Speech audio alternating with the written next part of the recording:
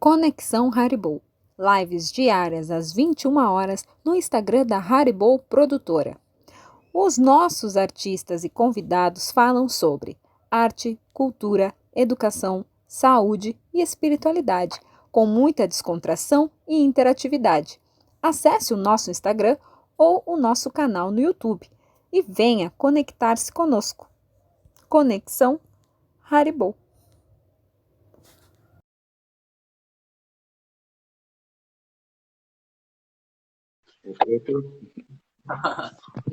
Ah, tudo bem? Tudo bom?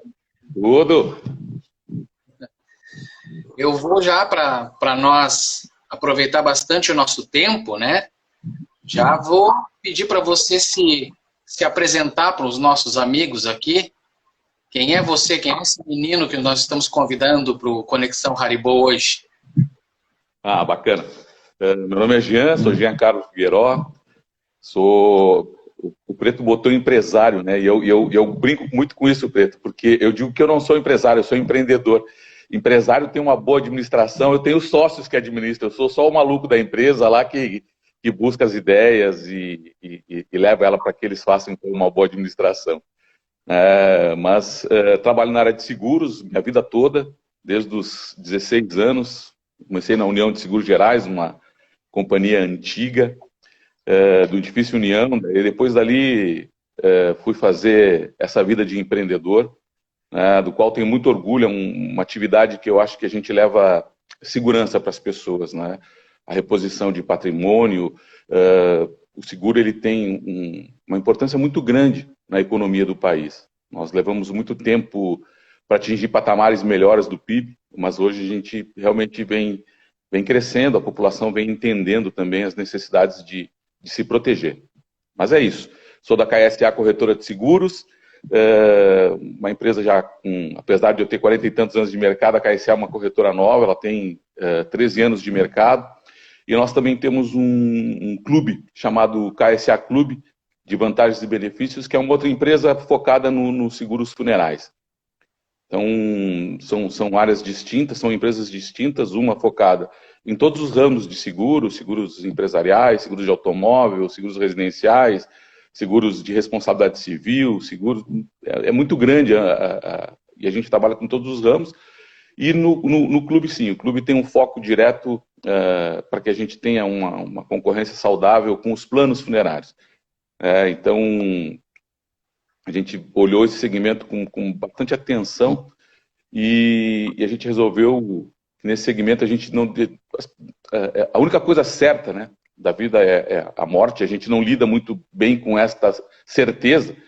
As pessoas têm medo, é uma coisa ainda a ser trabalhado na cabeça da gente, né? E a gente resolveu, então, entrar nesse segmento de planos ou seguros funeral, mas pensando em levar um monte de vantagens em vida, que a pessoa aproveite em vida, né? Então tem várias coisas, como check-up médico, alguns exames, desconto em farmácia, uma rede grande de desconto de lojas. É bem interessante, é um produto bem inovador, né? Mas é isso.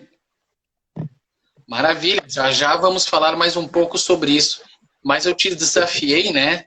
Porque você é um profissional do mercado de seguros e eu fiquei pensando, meu Deus, como começou, quem criou essa ideia da gente despendendo uma certa quantia mensal, a gente possa, no futuro ou quando precisar, ter um seguro, algo que nos sustente durante um período. E aí eu fiz esse teu desafio, né? Qual é a história do seguro? Quem inventou essa coisa? Na verdade, acho que o seguro ele vem da necessidade humana, né? Assim como o homem descobriu o pau para a extensão do seu braço, para sua proteção, o fogo, por aí foi. Mas assim, a história do seguro ela é interessante no sentido de que a gente não tem claro, tem um ponto histórico lá, 1347, se eu não me engano, em Gênova foi feita a primeira apólice de seguro, né? Mas as garantias, o que levou o ser humano a se proteger, é o princípio do mutualismo. Então, assim, historicamente, existem relatos de que já no Oriente, os vendedores de camelo, eles tinham um acordo entre eles de garantir, porque era um longo trajeto, o camelo daquele que morresse, os outros garantiam. Posteriormente, os fenícios, eles faziam um processo que era extremamente inteligente. Eles tinham que atravessar o Nilo, por exemplo, com suas mercadorias. Então, vamos lá, tinha 10 barcos. E eles, o que eles faziam? Eles separavam a mercadoria deles, olha que interessante, eles separavam, por exemplo, eu tinha 10 caixas para carregar, 10 pacotes para carregar, eles dividiam esses 10 pacotes na quantidade de barcos. Então, ou seja, se acontecesse alguma coisa com algum dos barcos, eles não perdiam toda a carga. Eles dividiam a carga deles entre os barcos, ou seja, eu não carregava só a minha carga, eu carregava a carga de todo mundo, né? E se acontecesse alguma coisa com um, eles tinham essa cotização, né, entre eles, né? Posteriormente, isso aconteceu com as navegações, com os barcos de produtos que tu ia buscar em outros países, e eles também fizeram essa mesma cotização, ou seja, o barco que por acaso, na caravana de caravelas que sair, se alguma estragar, todos os outros garantem aquela. Né? Então, e aí em 1347, em Gênova, foi feita então a primeira apólice de seguro. No Brasil, em 1808, se eu não me engano, veio a primeira companhia chamada Boa Fé Companhia de Seguros. E eu tenho uma coisa que eu acho muito interessante que poucas pessoas sabem, né? Nós que gostamos da linha espírita, eu sou muito apaixonado pelo Bezerra de Menezes. Então, assim, eu já li umas 4 biografias dele, e numa delas eu descobri que ele tinha sido vice-presidente de uma companhia de seguros, Companhia Imperial de Seguro contra Fogo. É uma coisa que eu achei extremamente... Todo mundo sabe que ele, além de médico, tinha ferrovia, né, foi deputado no Rio de Janeiro, mas essa informação foi num dos livros que eu li e eu achei extremamente interessante, né, porque eu não sabia, já tinha lido outras, né, e naquela, esse detalhe dele ter sido vice-presidente de uma empresa de seguro chamada Companhia Imperial de Seguro contra Fogo. Achei bacana essa história também. Nós sabemos que o Queen, né, a banda Queen, eles tinham uma apólice, né, na qual os 4 componentes tinham que ir um em cada helicóptero. Eles não podiam estar no mesmo helicóptero. E no início achava que era frescura de artista, né, cada um ir em um helicóptero separado. Mas era o seguro que eles tinham, né, além da questão financeira, era, de repente, um seguro artístico. E se caso um deles, né, acontecesse alguma coisa, né, a história da banda, ela continuasse, né? Na verdade, isso é uma forma da companhia seguradora diluir o risco dela, né? Então, assim, não vai acontecer com todos ao mesmo tempo. Então, vamos usar o exemplo do Mamonas. Né? Estavam todos no mesmo avião, aconteceu a tragédia, tudo. Né? Então, o risco para a companhia é grande. Isso é um modelo que grandes executivos também, de empresas grandes, eles são proibidos de viajar 2 executivos no mesmo voo, que é justamente, primeiro, na precaução do comando das suas empresas, mas também na diluição do risco para as companhias de seguro. Uma coisa que eu até então eu não sabia, que não tem a ver com o seguro propriamente dito, mas é a questão de segurança, do seguro na questão de segurança. Eu não sabia que os pilotos do avião, o piloto e o copiloto, eles não comiam a mesma comida. Eu fiquei sabendo dia desses. Eles comem comida exatamente para quando se der problema num, não dá problema no outro. É verdade, é verdade. São essas coisas que a gente fala lá, que desde o início o homem vem, né, buscando alguma forma de proteção. Antigamente as famílias eram muito grandes, né, grandes assim, eram 10, 12, 13 filhos, principalmente as famílias de agricultores. Isso a gente disse que era a primeira previdência privada, porque o pai fazia muitos filhos para que então eles continuassem trabalhando na terra, quando ficasse mais velho não poderia trabalhar, ele tinha quem continuasse o sustento daquela família. Era bem... por aí que as coisas foram andando, né? E aí sim, aí viraram contratos com suas cláusulas, para que a gente tenha essa proteção do cliente, né? Você tem uma ideia de a partir de qual ano ou qual década o seguro realmente ele começou a fazer parte do nosso cotidiano, ou seja, ao alcance de praticamente todos? Preto, eu vou te relatar assim, sem dados estatísticos, tá? Nós brasileiros temos uma cultura ainda pouco preventiva. No Brasil a gente ainda engatinha ainda, né? Tanto que eu disse que durante muitos anos o PIB do seguro no Brasil era 1%. Hoje já está mais elevado, é na casa de 6%, 7%. Então, assim, a gente tem um salto maior de uns anos para cá. Os grandes responsáveis pela divulgação do seguro no Brasil foram os imigrantes, que tinham a cultura preventiva de seus países, então eles vieram para o Brasil e trouxeram bastante isso. No estado aqui, por exemplo, é muito comum que 60% da produção de seguros do Rio Grande do Sul, ela é originária no interior do estado, pelas suas indústrias, mas muito mais pela essa cultura de italianos, de alemães, de serem preventivos. E ainda a gente está engatinhando nisso, assim. Por exemplo, automóvel é o que o brasileiro faz seguro. Primeiro por conta do risco, que a gente tem ainda por conta da violência, por conta de tudo. É o risco ambulante que a gente fala, porque ele está circulando, é diferente de uma casa, e que as pessoas também têm a falta de esclarecimento. Por exemplo, eu conheço pessoas que têm graduação, coisa e tal, e ela faz uma comparação do seu seguro residencial com o seguro de automóvel. Então ela pensa assim, poxa, se minha casa vale 500 mil, meu carro vale 50 e eu paguei tanto pelo carro, imagina quanto é que vai ser pela casa. E é completamente diferente, né? É insignificante praticamente o seguro de uma casa, assim, em relação ao preço de um seguro de automóvel que está na rua correndo risco. Mas eu digo o seguinte, no Brasil ainda nós temos a cultura, primeiro, o brasileiro ainda é apaixonado por carro, né? O Grupo Ipiranga foi muito feliz há uns anos atrás, quando ele fazia publicidade que brasileiro é apaixonado por carro.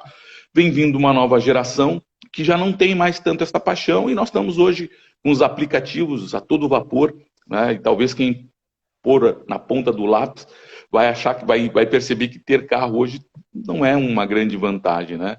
Mas é difícil, por exemplo, para a minha geração, tirar esta carga, essa cultura inserida na gente. Mas eu digo o seguinte, o automóvel foi o grande propagador do seguro por conta do risco. Então, e mesmo assim, a gente não tem 40% dos automóveis no Brasil segurado. E eu comento que hoje, né, as pessoas dizem assim, não se vende seguro de automóvel, as pessoas compram. Né? Elas compram porque um dia foi vendido e foi ensinado para elas o risco, né, e a própria dor da perda, do assalto, da prestação de serviço. Como eu tenho quase 60 anos, eu me lembro bem do Touring. O Touring, nossa, o cara que tinha um adesivo do Touring no carro dele, né? Quem é mais jovem não sabe dessa história, mas o Touring é uma empresa que dava assistência de guincho. E hoje tudo isso está incluso dentro do seguro de automóvel, né? Falta de gasolina, chaveiro, troca de vidros, lanternas, faróis. Então, a extensão do serviço hoje de um seguro, por exemplo, de automóvel, acabou com uma empresa que foi o Touring, né? Acabou com os caras. Talvez eles viraram prestadores de serviço para algumas companhias de seguro. Mas hoje no Brasil nós temos, então, em torno de quase 40% da frota brasileira segurada, mas outros ramos, como o seguro residencial, nós não temos 20% das residências seguradas, né? Nós não chegamos ainda nós chegamos recentemente a 10% das pessoas que têm seguro de vida, para garantir a continuidade da sua família. Né? Eu costumo brincar com uma coisa, né? E ela é uma brincadeira que eu digo que ela é um pouco de verdade ainda, porque ela inclui essa relação machista. Muitas vezes, quando eu fui abordar alguém para comprar o seguro de vida, o cara diz, não vou deixar dinheiro para o Ricardão. Né? Ou seja, né? E eu achava isso muito estranho, assim, né? Porque e alguns falavam sério isso, né? Alguns falavam em tom de brincadeira e outros falavam realmente sério. Não, isso dá azar, chama, né? A gente cria algumas ideias equivocadas.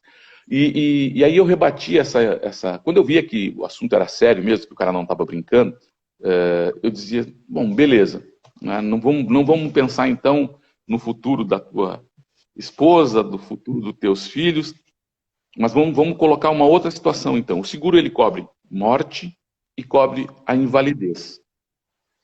Se tu ficar inválido, não puder mais ter tua receita, a tua família tem que te sustentar, ou ela pode ir embora com o Ricardão, te deixar à deriva, sem cuidado de ninguém, tu não vai ter dinheiro para contratar uma enfermeira para te cuidar. Como que faz numa situação dessas, né? E aí o cara toma um impacto, cara, porque a gente é egoísta. Na verdade, a gente acaba pensando primeiro na gente, para depois na sequência. E o seguro ele tem isso, esta proteção financeira, né, que ela não é só para caso de morte. Né? Tu pode ficar inválido. E o seguro garante até as falanges de um dedo, né? Cada parte do corpo ele tá garantido por um percentual de indenização. E é isso que falta ainda, né? Essa cultura de pensar. Eu, por exemplo, eu acho muito estranho. Eu vejo pessoas, por exemplo, elas não tiram um carro de uma revenda, vão lá comprar um carro novo, estão felizes da vida, não sei o quê, mas eles não saem daquela revenda sem fazer um seguro. Eu vejo pais que tiveram seus filhos, vão buscar na maternidade, e ele sai da maternidade e ele não tem um seguro para garantir aquela vidinha que está chegando, né? E que vai ter uma progressão. Né? Então, assim, na verdade, recentemente a gente fez uma pesquisa em função do plano funerário, e aí vem um testemunho que pesa contra nós, profissionais de seguro.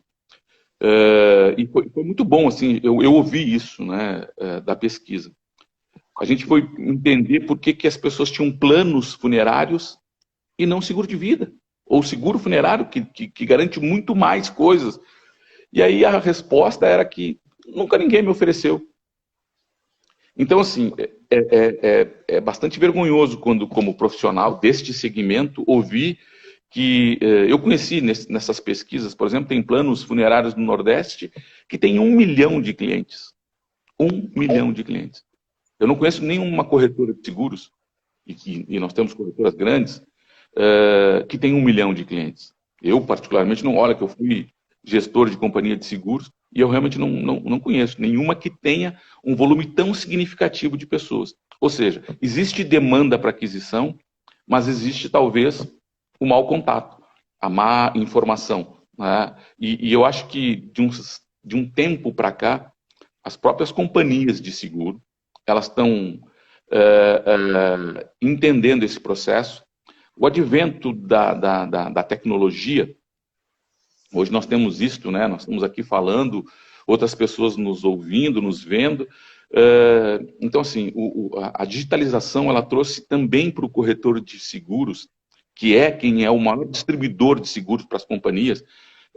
As companhias não têm áreas comerciais, as áreas comerciais das companhias de seguro, elas são para atender os corretores de seguro, para fazer que o corretor vá trabalhar com a companhia deles. Então, eles não vendem direto, né? Com exceção das companhias que têm banco como um canal de distribuição. Então, assim, o corretor é o grande vendedor de seguros, é aquela pessoa que se especializou para defender os interesses do segurado.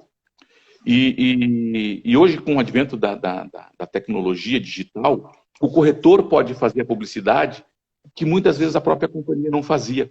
Então, ele consegue hoje ver muitos corretores de seguros usando a ferramenta que estava oferecendo, né, para divulgar tudo que o seguro pode proporcionar, de benefícios, de garantias. Eu comento que hoje, muito mais do que a garantia que tu adquire através de qualquer seguro, seja do auto ou um exemplo do residencial, o benefício que tu tem, ele é muito mais amplo do que a própria garantia. Vamos lá, num seguro residencial hoje tu tem direito a ter encanador, chaveiro, eletricista, mudar de móveis do lugar, instalação de quadros, instalação de ar-condicionado. Cara, isso tudo está dentro do seguro. Eu comento assim, tu não tem nenhum conhecido de um eletricista. Daqui a pouquinho tu tá no teu apartamento, faltou luz no teu apartamento.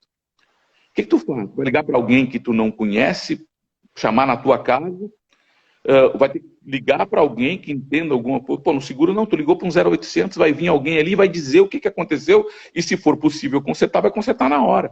Né? Então, assim, e tu tem a segurança de saber que essa pessoa está vindo porque ela está cadastrada em alguma plataforma da companhia de seguros. Muitas vezes elas vêm com senha, né, e é te passado uma contrassenha, para ti então ter a segurança de receber alguém na tua casa, que vem hoje com essa questão da pandemia, de máscara, de propé, ou seja, vem atender a tua necessidade e que não tem nada a ver com um incêndio da tua casa ou com o roubo da tua casa, né? Tem a ver com uma necessidade que te aconteceu, de uma emergência, e o seguro está te proporcionando esse benefício. Isso é desconhecido da maioria das pessoas, ou seja, existe ainda, por mais que agora eu estou dizendo que os corretores de seguro estão fazendo isso, eles estão divulgando os benefícios que têm, mas sempre foi muito falha essa comunicação. E aí o público consumidor não tem como saber. Né? É uma questão de cultura mesmo, né? O Fábio aqui, ele já está nos ajudando muito aqui na questão de informação aqui, né? Falando que a primeira apólice de seguro nos moldes atuais foi firmado em 1300 em Gênova, né? Como você vai falar, seguro de transporte marítimo, e no Brasil existe desde 1808, ou seja, no Brasil é um bebê ainda, né? É verdade. No Brasil, ele escreveu aqui, foi a Companhia de Seguros Boa Fé em 24 de fevereiro daquele ano. Exatamente, isso de tudo foi o seguro marítimo, né? Mas você estava falando, né, do marido que estava com medo do Ricardão. Eu trabalhei no departamento pessoal, na qual a empresa ela já vinha no contrato para o funcionário um seguro, né? E eu vou te dizer, a grande maioria das mulheres também não colocava no nome dos maridos. A grande maioria não colocava o beneficiário em nome dos maridos. Mas eu vejo que... como é que funciona? Pelo que eu entendo, existe algum produto que já possa ser inserido no seguro junto, ou sempre isso vai ser uma opção? Por exemplo, você vai viajar. Hoje nós temos, né, a opção com seguro ou sem seguro. E às vezes, por R$4, R$4,50, ela pensa, não vai me acontecer nada, eu vou comprar minha passagem sem seguro. Não, é assim, o seguro ele tem que ser, não pode ser vendido sem ser consultado.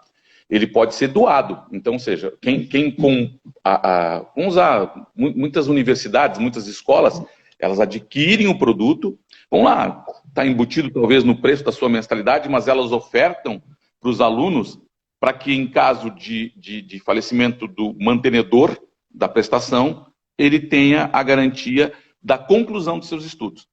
Então, hoje, por exemplo, tu tem um produto que tu pode vender numa creche, se acontecer alguma fatalidade com o pai daquela criança, ele conclui a faculdade custeado pela garantia securitária. Então, mas é aquilo que a gente estava falando, ainda falta cultura. Mas o seguro ele tem que ser ofertado, tu tem que ser consultado para saber se tu quer ou não essa possibilidade de adquirir. Tu falaste uma coisa que eu acho extremamente interessante, Pedro. E te ver como assim, é importante e bacana que tu está dando esta oportunidade para as pessoas que acompanham o teu trabalho, como ator, como produtor, como diretor, para que a gente possa falar de algo que não é falado, porque parece que isso não tem interesse. Ele tem que ser vendido para ser falado. Cara, eu acho bacana que tu está fazendo, porque assim, nós estamos trocando ideia. Né? Eu não estou aqui com a última palavra, com a última verdade, porque eu também não estava ali acompanhando as estatísticas, estou falando daquilo que eu vivencio, daquilo que é meu dia a dia, daquilo que foi sempre a área que eu atuei. Mas falta muito esta conscientização, falta bastante, e falta muito essa possibilidade de trocar ideia. Há um tempo atrás a gente estava com um projeto que acabou não levando para frente, por vários motivos, mas que ele está em stand-by, que era fazer este tipo de bate-papo nas escolas, para que então gerasse cultura securitária, para que para que as crianças entendam o valor de ser preventivo, né, e conversar com os pais. A ideia da gente era até montar um game que fizesse essa interação com eles, né, e foi aí que a gente parou. É mais complicado chegar no game da forma que a gente queria, o desenvolvimento, porque isso chamava a atenção das crianças e a ideia era gerar processos de sinistros e eles ter que responder dentro desse game, e depois levar esse conhecimento para os pais. Mas é bem bacana isso que tu está fazendo para que a gente possa externar, para levar um pouco desse entendimento para as pessoas. O seguro que tu comentaste, por exemplo, das pessoas não fazerem, eles têm também, né? Poxa, peraí, tu tá casado com alguém, tem que saber com quem tá casado. As pessoas têm medo de fazer seguro que o outro vai matar, né, cara? Então, assim, e tu não precisa colocar, por exemplo, tu pode determinar o beneficiário, quando a gente está falando de seguro de vida, mas se tu não determina, por exemplo, são os herdeiros legais, né? E aí, naturalmente, esposo e filhos.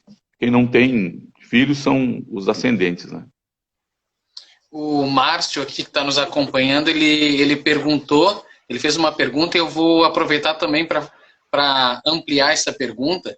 Ele perguntou como é que está o mercado com essa questão da pandemia, e eu queria te perguntar, existe alguma cláusula em algum seguro que previu o que estamos passando? Ou em qual quesito isso se encaixa?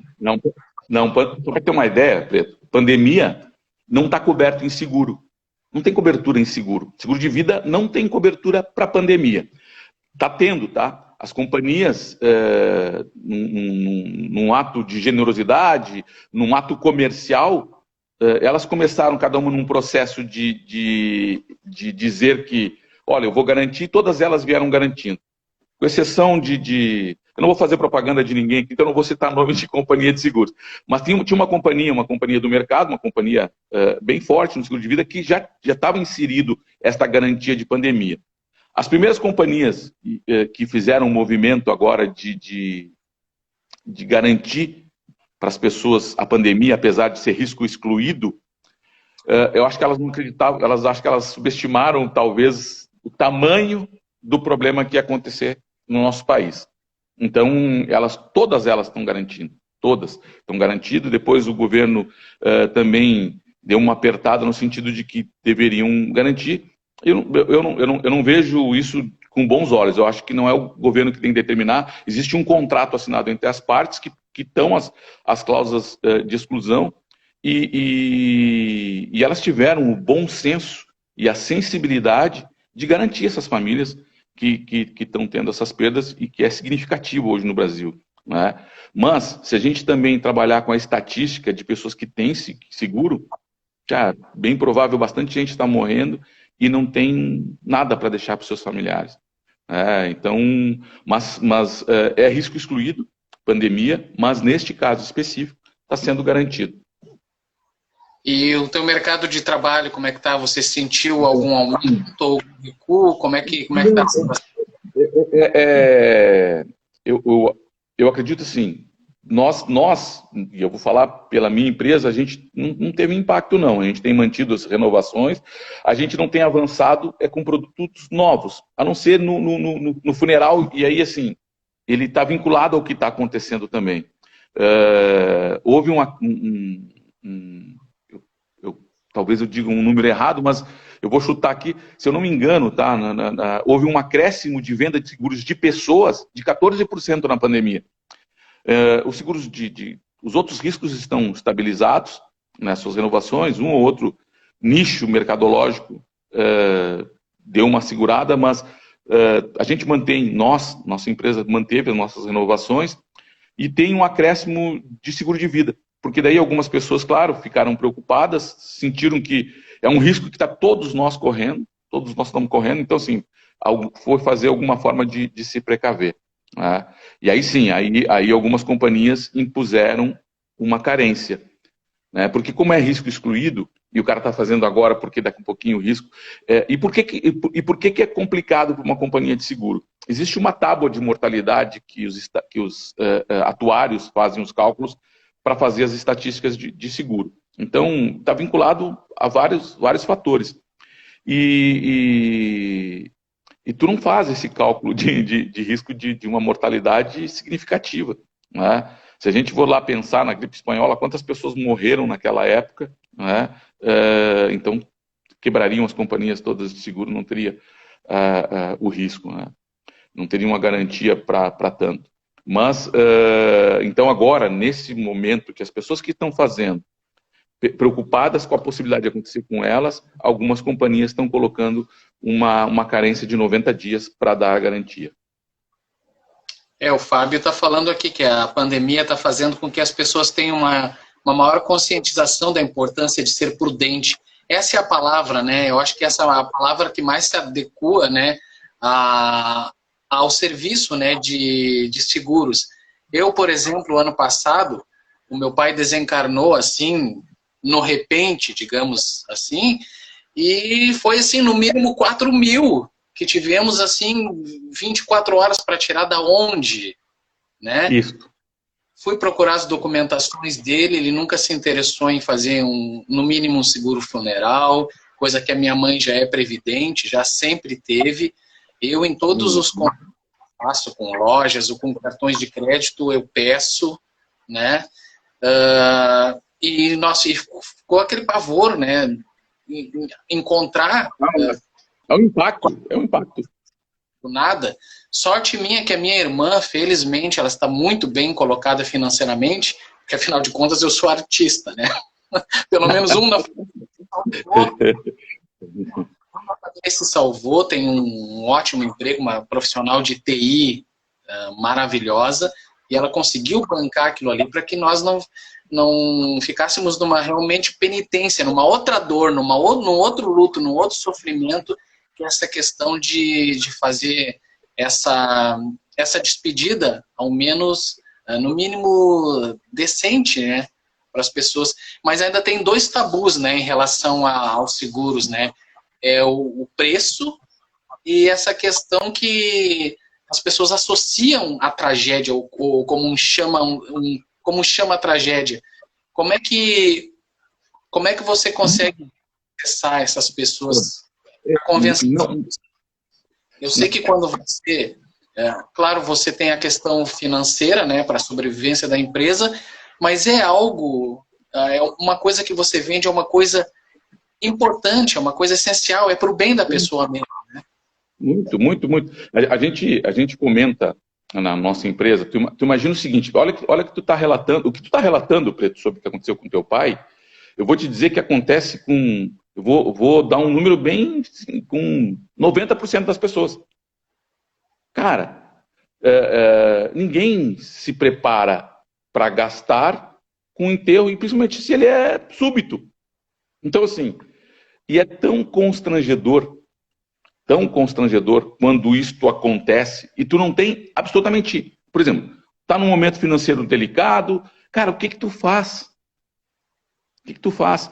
Aí tu vai falar com um amigo, com outro, vai juntar na família, é muito constrangedor, porque daí tu tá preocupado com a tua dor, a dor do momento, e tu tem que desligar desta dor para tentar... E aí, assim, é uma outra dor, né, cara? É uma outra dor que tu está sentindo, porque tu te sente constrangido, é vergonhoso, às vezes tu quer fazer uma coisa, uma despedida mais digna e não consegue, porque foi o que tu conseguiu e pronto. E o seguro, quando tu tens, seja ele o seguro funeral ou o próprio seguro de vida, cara, é tão tranquilo isso, no sentido de que tu vai ligar para um 0800 e vai vir uma pessoa te orientar, te levar em cartório, fazer tudo, cara. Liberar corpo. Essa dor que a gente carrega nessa hora de despedida e que vai acontecer, e é isso que a gente precisa... Eu brinco com amigas psicólogas, eu digo, gente, tem que trabalhar a cabeça das pessoas, porque, assim, é a única coisa certa, né? E assim, hoje a gente está vivendo esse momento de pandemia e é natural que todos nós pensamos nisso. O que move o ser humano é o medo. O que nos movimenta é o medo. Temos medo. e temos esse medo de morrer. O grande barato da vida, que eu falo, e por isso que assim, eu dou muito valor para as pessoas, Pedro, muito. As pessoas têm um significado. Bom, tu sabe, do primeiro dia que tu foi lá na empresa para a gente conversar, o quanto eu trato com afetividade. É a única coisa que a gente leva, cara. A única coisa. Velho, e assim, isso não é jargão. Não é jargão. A única coisa que a gente leva são as pessoas que a gente toca. Que a gente toca. Toca com carinho, toca com amor. E muitas vezes a gente toca de forma errada, porque deixa alguma mágoa, mas é o que fica. E é preciso que a gente trabalhe muito isto, né? Esse conceito de humanidade nas relações comerciais.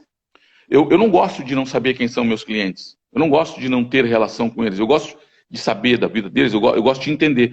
Claro que chega num determinado momento do teu crescimento profissional que isso se torna impossível. Graças a Deus tu tem muita gente, é quase impossível. Mas aqueles mais antigos, os pioneiros, eu tento, dou uma ligada nesse período de pandemia, como é que estão as coisas, como é que está, né? E tem uma coisa chamada gratidão com eles. Eu muito, muito grato. E esse momento de pandemia, a gente tem escutado, será que o mundo vai melhorar? Já não te fez essa pergunta? Outro dia eu estava numa mentoria e fizeram essa pergunta para um espiritualista, né? E ele respondeu de um jeito que eu achei que eu podia ajudar e complementar. Porque a pessoa diz o seguinte, eu tenho lido muitos textos, eu estou fugindo um pouquinho do seguro, tá? Para nós voltar lá, Pedro. Nosso papo era vida e seguro, então vamos falar um pouco de vida. E aí uma pessoa diz, poxa, eu tenho recebido tantos textos espíritas dizendo que mas eu não vejo isto, eu não vejo as pessoas, né? E nós estamos num momento muito delicado de polarização no nosso país. Que a gente está pouco tolerante, né, com as circunstâncias que estão acontecendo. Eu não vou nem entrar no mérito do motivo, se estamos certos ou errados. Mas, e aí eu respondi o seguinte, eu acredito muito, Preto, que as pessoas que realmente entenderam o que está acontecendo, elas vão mudar. Porque elas já estavam num processo de mudança, elas já vinham num processo de melhoramento, então, sim, isso vai acelerar um processo de mudança. Outras pessoas, elas nem estão entendendo o que está acontecendo, né? Hoje eu via o jornal e vi uma festa que tinha 1000 pessoas, né? Ou seja, nós ainda continuamos nesse processo de egoísmo, do qual eu penso em mim, né? Não, mas não vai acontecer nada comigo, mas se acontecer, eu contamino tantas outras pessoas. É tão necessário que a gente tenha esse processo de empatia em tudo, né? E inclusive nesta relação da venda de seguro. Vender seguro, e nós estamos falando de seguro de vida, e não é só isto, né? Tem várias outras garantias que se faz. Eu bato muito nessa tecla, porque o ser humano ainda, com esse egoísmo, quando o cara está consciente de que eu preciso deixar algo para minha família, né? E os seguros hoje, eles são, a gente chama de seguro revertido, ou seja, eu faço para mim, e consequentemente a minha esposa está fazendo, se acontecer comigo fica para ela, se acontecer com ela fica para mim. Para mim que eu digo é para a família, tu pode determinar lá os beneficiários. Mas quando a pessoa tem essa consciência, a conversa flui diferente. Porque daí flui assim, flui baseado em receita, em despesas, em projeções futuras, e aí tu acha um valor para garantir de fato aquela família por um tempo de sustentabilidade, né? O seguro ele não visa lucro, ele visa repor bem, e neste caso, o seguro de vida, ele visa dar uma tranquilidade para que os filhos cresçam, tenham um período de possibilidades financeiras, né? Mas, ainda volto a dizer, nós estamos batendo numa tecla de cultura, é necessário que tenha cultura. Tu comentaste um negócio com teu pai, e eu tenho falado isso com alguns jovens, né? Eu digo o seguinte, isso eu disse para os meus filhos. Eu disse, bom, eu fiz seguro de vida para vocês, até vocês terem a vida de vocês. Eu tenho um patrimônio constituído, mas hoje vocês não precisam que eu morra para receberem nada, para cuidar da vida de vocês. Cuida da vida de vocês. Agora, se vocês quiserem ter um benefício a mais quando eu morrer, comece a pagar meu seguro. Pague meu seguro. Cara, eu estou falando de filhos que eu amo, que me amam muito, que por eles eu seria eterno, mas eu não vou ser. Então, assim, eu digo o seguinte, este é um presente extremamente interessante de ser dado.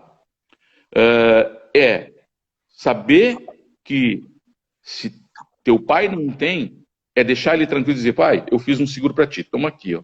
E aí eu estou falando na possibilidade da invalidez ainda, né? E estou falando na prevenção deste custo que tu teve que tu não estava... Né? Então, se teu pai não pensou, porque ele está de uma geração antiga ainda e tinha essa cultura eventualmente machista, cara, tu como filho, vai lá, cara, tu não precisa fazer esse seguro planejado com a garantia de necessidade, mas dá para ele. Tu quer ver um dado estatístico que é extremamente interessante? Lembra que eu falei lá que tem um plano funerário que tem 1 milhão de clientes? Sabe qual é por que essas... E é classe C e D que compra planos funerários. Olha que interessante isso. Sabe, a gente perguntou para eles nessa pesquisa por que eles compravam um plano funerário. Sabe qual é a resposta, Pedro? É que é o seguinte, eu não tenho nada para deixar para meus filhos. Nada. E eu não vou deixar despesa. Ou seja, eu não tenho patrimônio para deixar para meus filhos e eu não quero deixar despesa. Então, assim, olha quanto gesto de amor, de preocupação que normalmente vem dos pais, que não deveria ser. Amor é uma troca, né? Então, assim, o filho também pode fazer esse gesto de amor. É um gesto, cara. Né? Não está pensando na morte de ninguém, ele está pensando na garantia futura e na possibilidade de uma invalidez. Então, quando a gente fez essa pesquisa, a gente ficou muito impactado com isso. Né? Outras pessoas dizem o seguinte, cara, eu tenho uma vida extremamente confortável, tenho muito patrimônio, eu não preciso fazer seguro de vida. E aí vem uma coisa que é um engano. Né? Porque assim, quando alguém falece que tem um patrimônio significativo, o que acontece? Pum, bloqueia tudo, vai para inventário. E muitas vezes, e eu estou falando de uma coisa que eu tenho clientes que aconteceram isso, né? E que deram graças a Deus que tinham seguro, porque o seguro não entra no inventário. Então, o seguro foi a receita que eles tinham para poder abrir o inventário, e que não é barato. De uma família que tinha muito patrimônio, tinha receita no banco, não era conta conjunta, e o dinheiro ficou tudo preso, porque o cara tinha morrido. Então, o seguro ele também tem essa possibilidade, né, de auxiliar uma família que tenha condições financeiras, que não vai ficar impactada sem dinheiro, mas que na hora, às vezes, não tem liquidez para fazer todo um processo que é necessário. Então, ele realmente ele é extremamente vantajoso, né, tu pensar nessas possibilidades. Alguns anos atrás, a gente recebeu na notícia pelos jornais que a Cláudia Raia tinha colocado as pernas no seguro. Tu tem conhecimento de alguns seguros estranhos? Você tem algum seguro, digamos assim, não convencional que você cubra na sua empresa? Ou tem conhecimento de alguns outros que sejam... Assim, na verdade não são estranhos, né? A gente não tem. Eu não tenho nenhum famoso lá que garantiu algo especificamente, né? Na época, se eu não me engano, a Cláudia Raia fez o seguro das pernas dela. Isso. Uhum. Né? Fez um seguro específico das pernas, né? Que para ela é a ferramenta de trabalho. Hoje, por exemplo, o seguro, como eu disse, ele garante as partes específicas, né? Aquilo é muito mais publicidade do que... Porque, assim, o seguro te garante a invalidez de uma falange, coisa e tal. No caso dela, ela deve... Eu não sei que tipo de apólice ela fez, ela deve ter feito alguma apólice que daqui a um pouquinho, se ela tivesse simplesmente machucada, tivesse impedida de trabalhar, o seguro cobriria. O seguro hoje de vida, além, então, dessas garantias que a gente está falando de morte, invalidez, ele tem... diária por internação hospitalar, tem despesas médicas e suplementares, ele tem uma amplitude. Então vamos lá, vamos pensar num dentista que usa as mãos, né, ele é um profissional liberal que usa as mãos para o trabalho dele. Esse cara quebrou o braço. Se ele tem uma apólice que garante, né, a incapacidade temporária dele, ele tem uma receita garantida. E isso está dentro do seguro de vida. É uma cláusula acessória do seguro de vida. Então, assim, qualquer profissional que use as suas partes, um cirurgião, então, tu tem dentro do seguro de vida a renda por incapacidade temporária, a renda por hospitalização, né? Esse produto que a gente criou agora, por exemplo, que eu te comentei, que é um seguro funeral, ele tem entre os seus benefícios exatamente isso. Como a gente também visa a classe C e D, ele tem uma diária de internação hospitalar de R$100. Ou seja, se o cara cair no hospital, seja por Covid, seja porque fez uma cirurgia, seja o que for, SUS ou um particular, ele tem uma receita garantindo R$100 todos os dias enquanto ele estiver hospitalizado. Mas não precisa ser só hospitalização, né? Como eu te disse, daqui a um pouquinho tu tem esta apólice que garante a tua renda por incapacidade temporária por um período que tu quebrou o braço. E tu não vai poder, dentista, não vai poder tratar ninguém. Então ele é bem amplo, né? E falta exatamente essa cultura aí de as pessoas aprenderem, conhecer como que as coisas funcionam. Bom, nosso papo já está quase no final, temos 5 minutinhos, mas o Fábio também contribuiu aqui de novo, né, falando que existe a cobertura majorada, e aí você explica um pouquinho mais o que significa. O Fábio deve ser meu filho, ele tem vergonha que deve estar aí, quando ele está em Santa Catarina, né? Fábio foi gerente de companhia de seguros durante muito tempo, né? E que bom que está contribuindo aí, né? E o Márcio pergunta aqui por que ele não pode colocar menor no seguro. Existe uma lei? O seguro a partir de 14 anos. A partir de 14 anos tu pode fazer seguro, né? Mas antes disso não. E aí assim, vem toda aquela questão preventiva, né? Daqui a pouquinho nós estamos lá com aquela louca lá que matou o filho. Gente, né? Então, o seguro ele tem que partir de uma vontade, né? De uma necessidade. Pode acontecer com qualquer um, pode, né? Mas ainda é mais, imagina, se as pessoas não fazem para si, né? É muito mais raro fazer para um filho, né? Hoje o seguro de vida, que atingiu já a casa de 10% da estatística, isso tudo considerando, para te ter uma ideia, como ainda tem muito para fazer, Preto, que essa estatística de percentual inclui todas as obrigatoriedades de sindicatos, que são seguros que são feitos por obrigatoriedade, ou seja, se nós pegar de pessoas que realmente compraram porque tem essa conscientização, cara, nós estamos falando de 2% da população.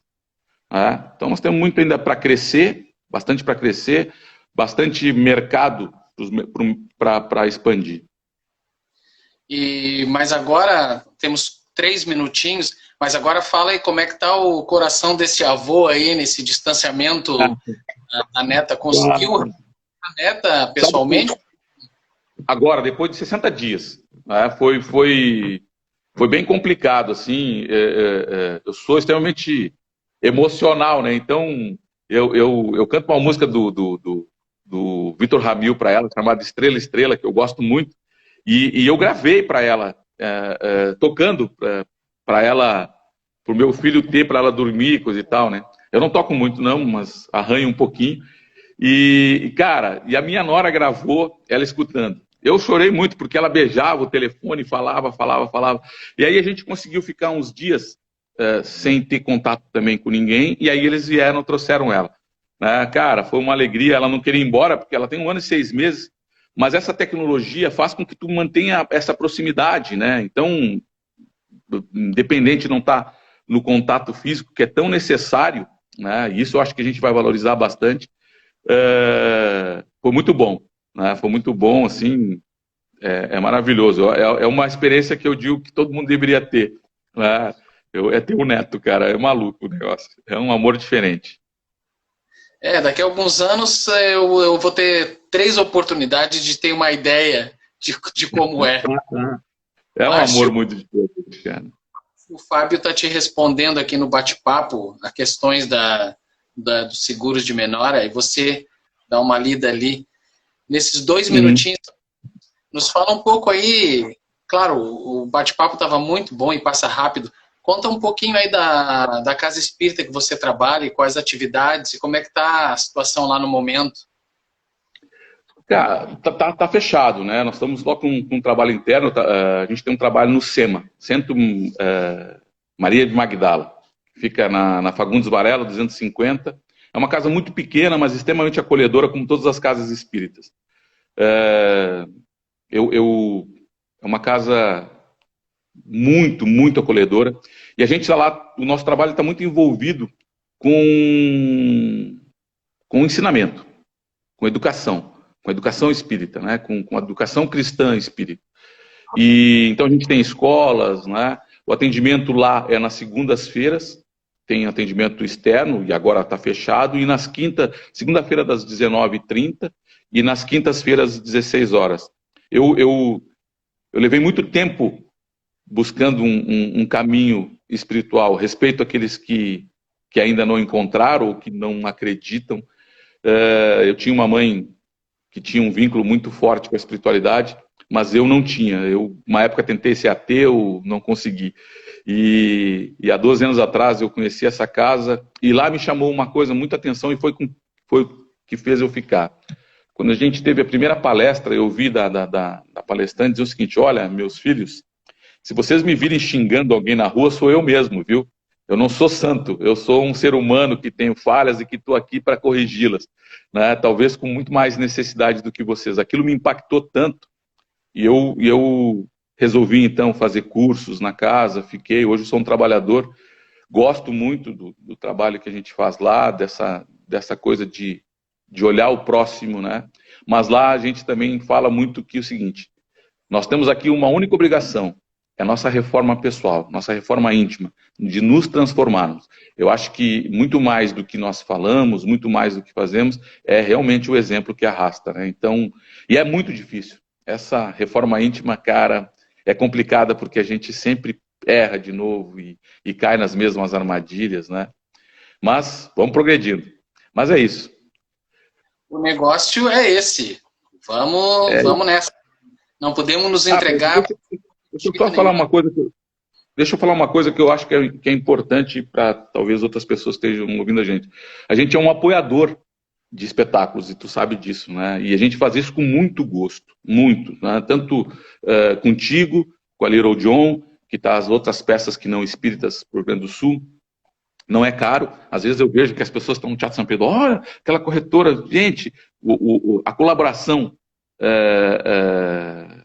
o apoio regional, ele ajuda muito os produtores, né? Traz um bom retorno para a tua marca, né? E te vincula a algo bacana, que é cultura.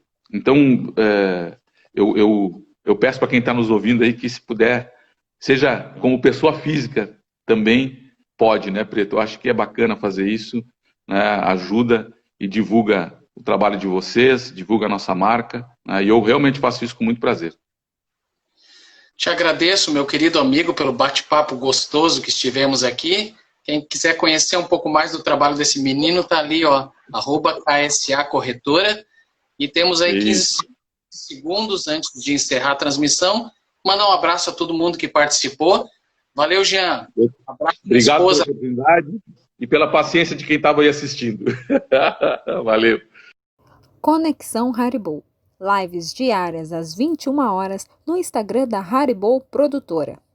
Os nossos artistas e convidados falam sobre arte, cultura, educação, saúde e espiritualidade, com muita descontração e interatividade. Acesse o nosso Instagram ou o nosso canal no YouTube e venha conectar-se conosco. Conexão Haribo.